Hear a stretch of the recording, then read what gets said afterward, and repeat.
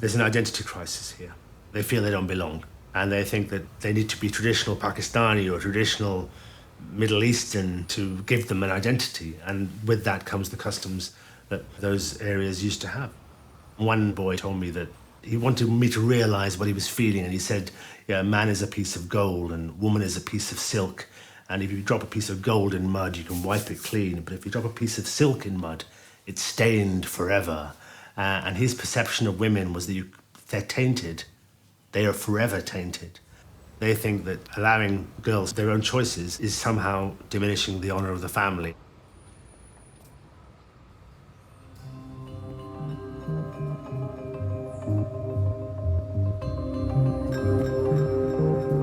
After she left her husband, Banaz met Rahmat.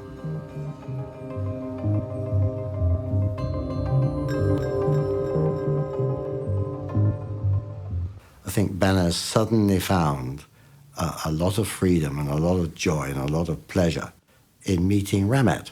Originally, theirs was just a friendship. They started to see each other and it developed into a full-blown relationship.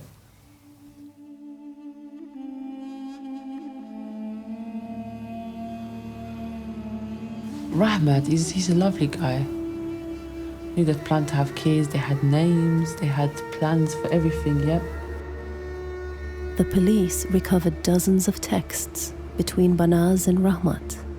She contacted him every morning and every night, just before bed.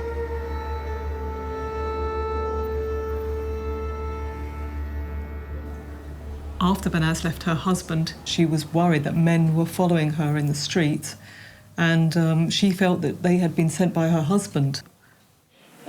I recognised my face, and he hasn't come to my house ever, but I've seen him on occasions on weddings and that. And even now when I go out, I mean, one guy, as soon as I came out of the house, he was following me with a car. I heard someone calling my name in my language. So I turned around and he told me that he should give me a lift and I should go into his car. And I said no and just put my head down and keep walking. So that day he was just following me. People following me. Or still now they follow me. And that was the main reason that I came to the police station. Okay. That in the future or at any time, if anything happens to me, it's them. If ever you're worried or afraid for your own safety, you must contact us straight away. Yeah. All right, I don't want you worrying, and we can get somebody out. Even if it turns out to be nothing, at least, for your own peace of mind. Now that I'm giving this statement, what can you do for me? You've given us lines of inquiry that we will need to follow up. Okay. Okay. But we will let you know of what's going on as it's happening, really, just so that you're kept informed and up to date as to what's going on. Okay. By going to the police, Banaz was putting herself at great risk. But after her death, a police complaint inquiry found no evidence that the police had made any effort at all to trace her husband or to investigate her case. It took the police 3 months just to write up a statement. This was one of 5 occasions that Banaz went to the police. People following me, or still now they follow me. They missed all the signs that she was in great danger. Anyone who's at risk, the first people they call is police. And she called them so many times. If they believed her, if they wanted to help her, she could be alive today. Now that I'm giving this statement, what can you do for me?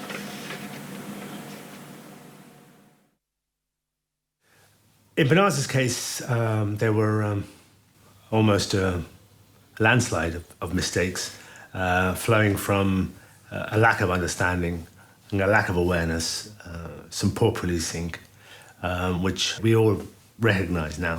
She died without any help, and her voice has never been heard by anyone. This is unbearable, and it's not at all acceptable in the UK. Turn this light on if it's had the electricity on.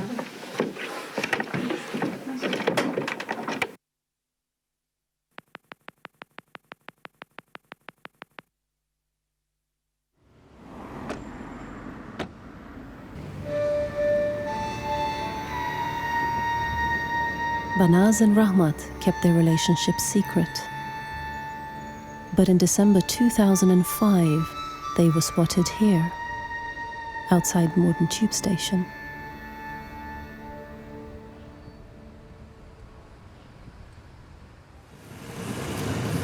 This little parade of shops, Banaz and Rahmat were seen kissing each other. It was outside the tube station, which is just down the road here. Very quick to put the phone call into the head of the family, guess what I've seen your niece doing? And that was what triggered the whole thing. And following that, there was what I would term a council of war at the home of Ari Mahmoud, to which the men of the extended family were invited, and a decision was made there and then. It was being orchestrated by the uncle, who was a stronger character than Banaz's father, and uncle in turn had said to the younger members of the community, what I want you to do is to kill Banaz. Shame, embarrassment, or dishonour. Any of these three notions can lead to honour-based violence and can also lead to honour killings. The thing about honour killings that makes them distinctive from other forms of violence against women is that they tend to have a very collaborative nature. They're a collective crime. It's not your crime of passion, it's not something that you spontaneously thought you could do something about. We're talking about organised crime, men sitting around a table who decided that she must die. That's how conspiratorial it was, that's how deep it was. These families are very large, they're very interdependent. It can be seen as a necessity to sacrifice one for the sake of all the other members of that family.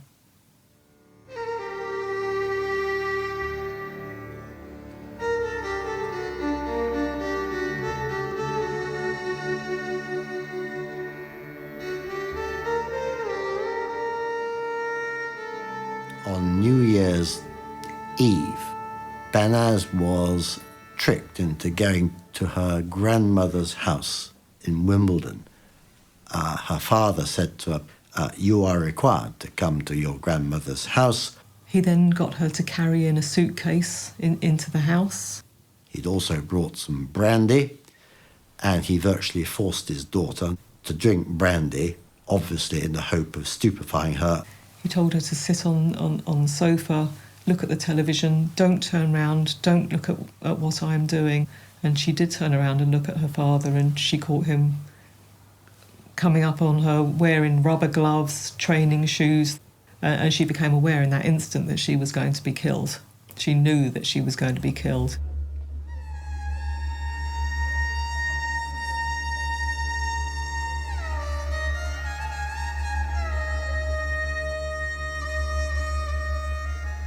He is touching her neck. He tried to grab her from the back, but she managed to run away from the door. She managed to escape from the back of the house, and she plunged her hands through the next door neighbour's window to try and get attention. She climbed over a fence, staggered off up the road, bare feet, bleeding from her hands and wrists, and collapsed on the floor of a nearby cafe. Hospital staff that dealt with her on that night said they've never seen anyone so frightened in their life. Rahmat was contacted, and Rahmat had the presence of mind, whilst Banaz was lying on the hospital trolley, to ask Banaz to tell him exactly what had happened, and at the same time he was recording on his mobile what she had to say. در کلت شمسید در فرصة وكنا أخذنا فرصة بوي هنا عم بكيف كرجعوا بوي لك المو كيف كم قصوا لشيكو بخوة وردة نيو فرد سان حمودات رابونا وتاريخ بو هر تلفزيون كاوك رابو نام سعودي دوبار شخشات هاتو كالك رشي لبربون إيروبوك دسكش في شيء لا تحشو دا بروما داري ايش سيدانش خوتي او شام دانش ما دانش لو حتى اوتو جراتيلي هدي بارا زاد هذا Family dergâki ayda saf bakadın. Linek diyor bu bakıyor şemlet diyor böyle halasını saklasıyor. There was a woman police officer who disbelieved her completely, and she said, "I believed it was just a girl who'd drunk too much, thought she was going to be in trouble, and therefore was making up this story." And later, this same female police officer, she informed Banaz's father that she had raised this complaint against him, which, of course, ran horrendous risk of placing her even worse in danger than she had been before. They went to her home to interview her in front of her family, and taking a statement of a woman that she's complaining against her own family in front of her family is just ridiculous. It was a real failure of education, if you like, failure of training, and it was a shame in a police officer to find that.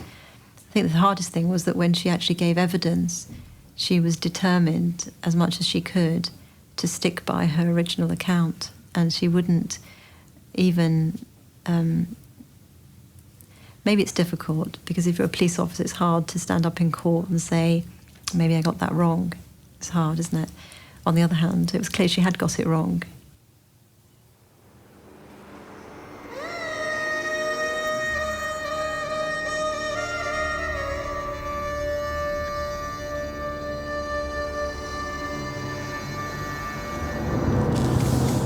After Banaz came out of hospital, she went and stayed with Ramat very briefly, but was then persuaded by her family to come and meet them at that McDonald's in Tooting, to persuade her to come home.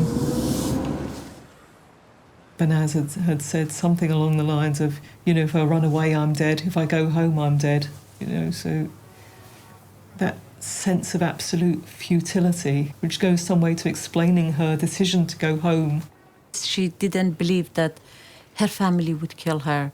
She thought that her mother can be someone that can help her at home and not let the other to harm her. She didn't thought about that her mother herself, she is a weak woman that cannot save her. Shortly after their relationship was detected, Banaz and Ramat attempted to break up.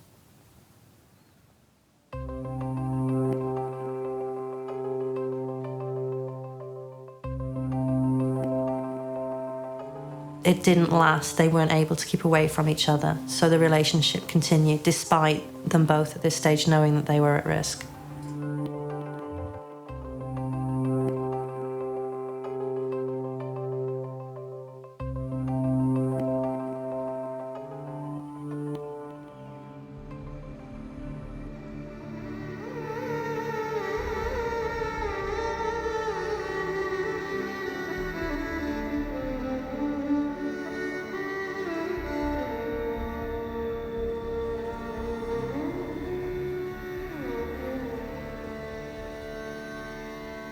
Ramat reported Banaz missing on the 25th of January. If it hadn't been for Ramat, we would never have known about it. He was the person who reported her missing. I was on call. It was my first week in charge of that team, and I had a phone call from a local detective inspector who was worried about one of his missing persons. Although it was only fairly scant detail that he was actually able to provide at that time,